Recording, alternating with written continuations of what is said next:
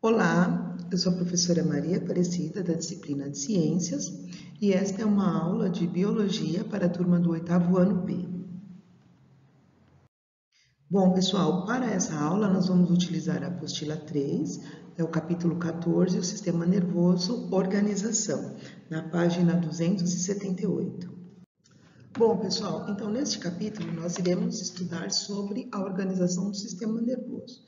Então, assim, quando se fala em sistema nervoso, algumas pessoas logo pensam no estado de nervosismo, enquanto outras o associam ao cérebro e ao seu funcionamento. Embora nenhuma dessas considerações esteja errada, elas são incompletas. Afinal, o sistema nervoso é muito mais complexo. Esse sistema integra vários órgãos, controla os movimentos musculares, interpreta as sensações e informações que recebemos do ambiente e regula o funcionamento do organismo, garantindo a manutenção da homeostase. Homeostase é o equilíbrio do nosso organismo. Então, assim, nessa legenda está escrito: parecem muitas atividades para o sistema nervoso, pois ele ainda está controlando o equilíbrio, os batimentos do coração e a respiração sem que você perceba. O sistema nervoso tem história. Então, a excitabilidade é uma propriedade de todas as células, possuem. O que as torna capazes de alterar o seu estado de repouso quando submetidas a estímulos eficientes? Algumas células especializadas são capazes de perceber e de responder às variações do ambiente, como aumento de temperatura e luminosidade. Aí, nessa imagem, nós temos uma euglena. É um ser vivo, um protista, né, do reino dos protistas, né, um protozoário, e ela apresenta ela faz a fotossíntese e ela apresenta, né, as suas características, apresenta reações na presença da luz, por meio de uma estrutura conhecida como estigma. Bom, a excitabilidade está presente até em organismos que não têm capacidade de se movimentar, como as plantas. Apesar de não percorrer, apesar de não parecer, as plantas respondem a diversos estímulos do ambiente. Por exemplo, o girassol, ele gira na direção da luz do sol. Evolutivamente, a primeira linhagem animal a apresentar sistema nervoso foi a que originou os quinidários. Quinidários, para quem não lembra, são as águas-vivas, ou as medusas, os pólipos, as hidras. Chamar de sistema nervoso talvez seja um exagero, mas as águas-vivas e as anêmonas têm uma rede de células altamente excitáveis, ou seja, reagem a estímulos, que são células nervosas, que são responsáveis por coordenar de forma difusa alguns movimentos de natação, no caso das águas-vivas, e de encolhimento, no caso das anêmonas, envolvidos na defesa e na captura do seu alimento. Então, assim, em muitos grupos de animais, podemos identificar uma cefalização, que é uma espécie de cabeça bem primitiva, né? Que se concentra células nervosas e órgãos dos sentidos. A maior complexidade do sistema nervoso. Esse fenômeno pode ser reconhecido em planárias, que são vermes de corpo achatado, os plateumintos, mas fica especialmente evidente em muitos grupos de moluscos e de artrópodes. A organização do sistema nervoso humano. Então, anatomicamente, nosso sistema nervoso possui a mesma organização básica dos demais vertebrados, considerando a localização dos seus órgãos. Por esse critério, ele é dividido em dois. Um é o sistema nervoso central, que compreende o encéfalo e a medula espinal. O encéfalo formado pelo cérebro, hipotálamo, cerebelo e bulbo, que fica dentro do crânio, enquanto a medula espinal fica em um canal no interior das vértebras. Já o sistema nervoso periférico, ele é composto por nervos e pelos gânglios nervosos. Nós temos 12 pares de nervos cranianos e 31 pares de nervos raquidianos. Então, assim, o sistema nervoso central, ele coordena todas as informações recebidas, então as informações que ele capta do ambiente que são enviadas para o nosso sistema nervoso. Todos os estímulos do ambiente, captados pelos órgãos do sentido, como os olhos, o ouvido, o nariz, por exemplo, são percebidos pelos órgãos sensoriais internos e são enviados ao sistema nervoso central, que se encarrega de processar a informação e responder de forma apropriada àquele estímulo. Ou seja, em outras palavras, por exemplo, os nossos olhos captam a imagem, mas é o sistema nervoso central que vai interpretar essa imagem. E o sistema nervoso periférico, que é constituído por esses 43 pares de nervos, e esses nervos são formados por fibras que conduzem o impulso nervoso ao longo de todo o nosso corpo. Essas fibras podem ser sensitivas, podem ser motoras ou musculares e elas podem ser também de associação, ou seja, relacionando esses nervos motores e os nervos sensoriais. Sistema nervoso. Então, vamos falar sobre o encéfalo. A maior parte do encéfalo é composta pelo cérebro. Esse importante órgão está dividido em duas partes, que são os hemisférios cerebrais. A superfície do cérebro apresenta muitos sulcos e dobras.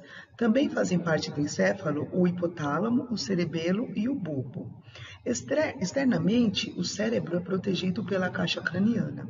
Logo abaixo ficam as meninges, que são tecidos conjuntivos que, tal como o crânio, protegem contra choques mecânicos, impactos, além de servirem de barreiras contra certas substâncias e micro-organismos. Como o encéfalo não possui terminações nervosas sensitivas, as meninges são as responsáveis pelas dores de cabeça.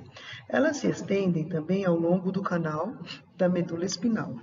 Entre essas camadas, em câmaras internas do cérebro interligadas por canais, circula o líquido cérebro-espinal, também chamado de líquido cefalorraquidiano, ou simplesmente líquor, juntamente com o crânio e as meninges.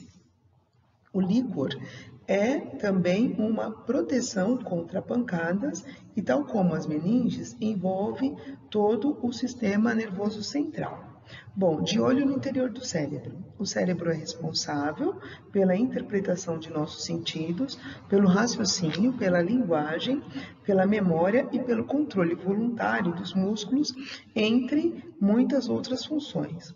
A camada externa mais superficial e de cor cinzenta chama-se córtex. Contém os corpos celulares de muitos neurônios, alguns de seus prolongamentos e células responsáveis pela sustentação, manutenção e proteção do tecido nervoso, chamadas de gliócitos, ou células da glia. Acredita-se que no córtex cerebral fica retida a maior parte das informações referentes à memória, atenção, cognição, pensamentos, consciência, entre outros. A parte interna, de aparência branca, é formada por axônios e dendritos desses corpos celulares e por mais gliócitos. Bom, pessoal, então assim, de acordo com essa leitura, nós podemos ver quais são os órgãos que fazem parte do sistema nervoso central. Então, eu trouxe um modelo anatômico para vocês verem, certo? Então, aqui nós temos os dois hemisférios, sendo que essa parte aqui mais externa do cérebro corresponde ao córtex cerebral. Essa parte verde aqui, como vocês podem ver, faz parte do cerebelo, responsável pelo equilíbrio do nosso corpo. E essa parte rosa aqui embaixo, tá? Como vocês podem ver na figura, que na figura está assim, essa parte rosa aqui embaixo corresponde ao bulbo, que é responsável pelo controle respiratório e o controle cardiovascular. E aqui, sobre o cérebro, nós temos 3 membranas, que são as meninges, a pia mater, a aracnoide e a dura mater. Essas 3 meninges, elas recobrem o cérebro, e também cobrem a medula espinal.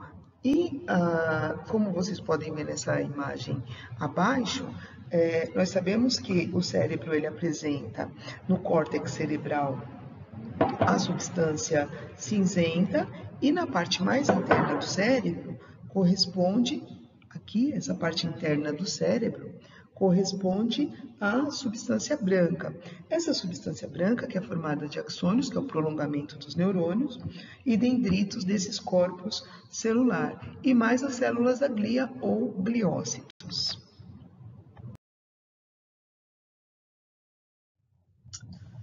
Você sabia? O desenvolvimento do cérebro. Então, as células nervosas se formam ainda na fase embrionária. O sistema nervoso, como um todo, fica pronto durante o desenvolvimento do embrião. Após o nascimento, vem a fase do acabamento. Acredita-se que, durante os primeiros meses de vida, do bebê, né, as conexões entre os neurônios, as sinapses, vão sendo estabelecidas a partir de estímulos a ele apresentados. Então, os neurônios têm, então, seus formatos e conexões estabelecidos através dessas experiências e serão únicos, não mais podendo ser substituídos. Não há um consenso sobre quanto se atinge a maturidade neurológica, o estabelecimento da maioria das conexões entre os neurônios, mas as estimativas giram em torno de 2 a 4 anos de idade. Claro que isso depende também da quantidade e qualidade dos estímulos que a criança vai receber, né? Porém, pesquisas recentes têm apontado algumas evidências que indicam a formação de novas conexões depois de uma suposta maturidade neurológica. Essas evidências são verificadas em alguns tipos de acidente, nos quais o cérebro parece se modificar, indicando que esse órgão pode ter certa plasticidade, isto é, certa capacidade de se reorganizar. Além disso, experimentos realizados com células-tronco indicam a recuperação de células nervosas, o que tem trazido esperanças para pessoas que tiveram neurônios destruídos em acidentes ou consequência de doenças. Então, como vocês puderam ver na leitura desse texto, o cérebro de uma criança vai se desenvolvendo. Então, ele tem o seu desenvolvimento na fase embrionária e à medida que a criança vai crescendo e recebendo estímulos, essas sinapses nervosas vão aumentando entre os neurônios.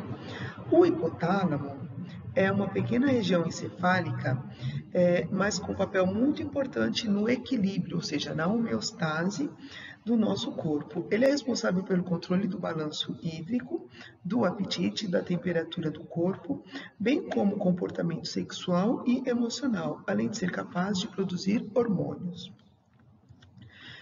Esses hormônios produzidos pelo hipotálamo são enviados para uma glândula chamada de hipófise, que nós vamos aprender no capítulo que fala sobre sistema endócrino. O cerebelo é responsável pelo equilíbrio, pela coordenação e precisão dos movimentos. Assim, atividades que exigem movimentos precisos, como arremesso ou traçado de linhas à mão livre, cortes e desenhos, são controlados principalmente por esse órgão. O bulbo, também chamado de medula oblonga, é a parte do encéfalo que está relacionada com o controle involuntário da respiração e dos batimentos cardíacos, além de participar de funções do sistema digestório também. Nessa região, ocorre o cruzamento de fibras nervosas sensoriais, que trazem informação dos dois lados do corpo, e fibras motoras, que levam informações sobre os movimentos. É interessante ressaltar que as fibras que vêm do lado direito do corpo vão para o lado esquerdo do cérebro, e vice-versa. É por isso que lesões em um dos hemisférios cerebrais provoca falta de sensibilidade e ou paralisia no lado oposto do corpo.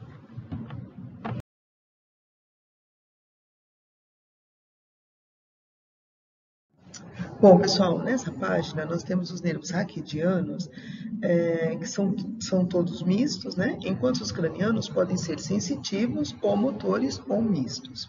Observe na ilustração a seguir a posição e a região da ação de cada um dos nervos cranianos.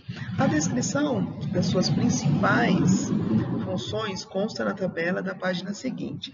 Então, pessoal, nós temos o nervo óptico, o nervo facial, o nervo vago, entre outros. Olha, pessoal, na página 285 nós temos os exemplos dos nervos e as suas respectivas funções. Por exemplo, o nervo olfatório, ele é sensitivo, responsável pela percepção, do olfato. O óptico sensitivo, que é responsável pela percepção da visão, entre outros. Bom, pessoal, pode ter ficado a impressão de que apenas os nervos, né? Nos nervos é possível haver sinapses, que é a comunicação entre os neurônios. Porém, existem outras estruturas em que pode ocorrer sinapses, localizadas fora do sistema nervoso central, que são os gânglios nervosos. Os 31 pares de nervos raquidianos estão distribuídos por toda a medula em 4 regiões diferentes, como pode ser observado nessa ilustração.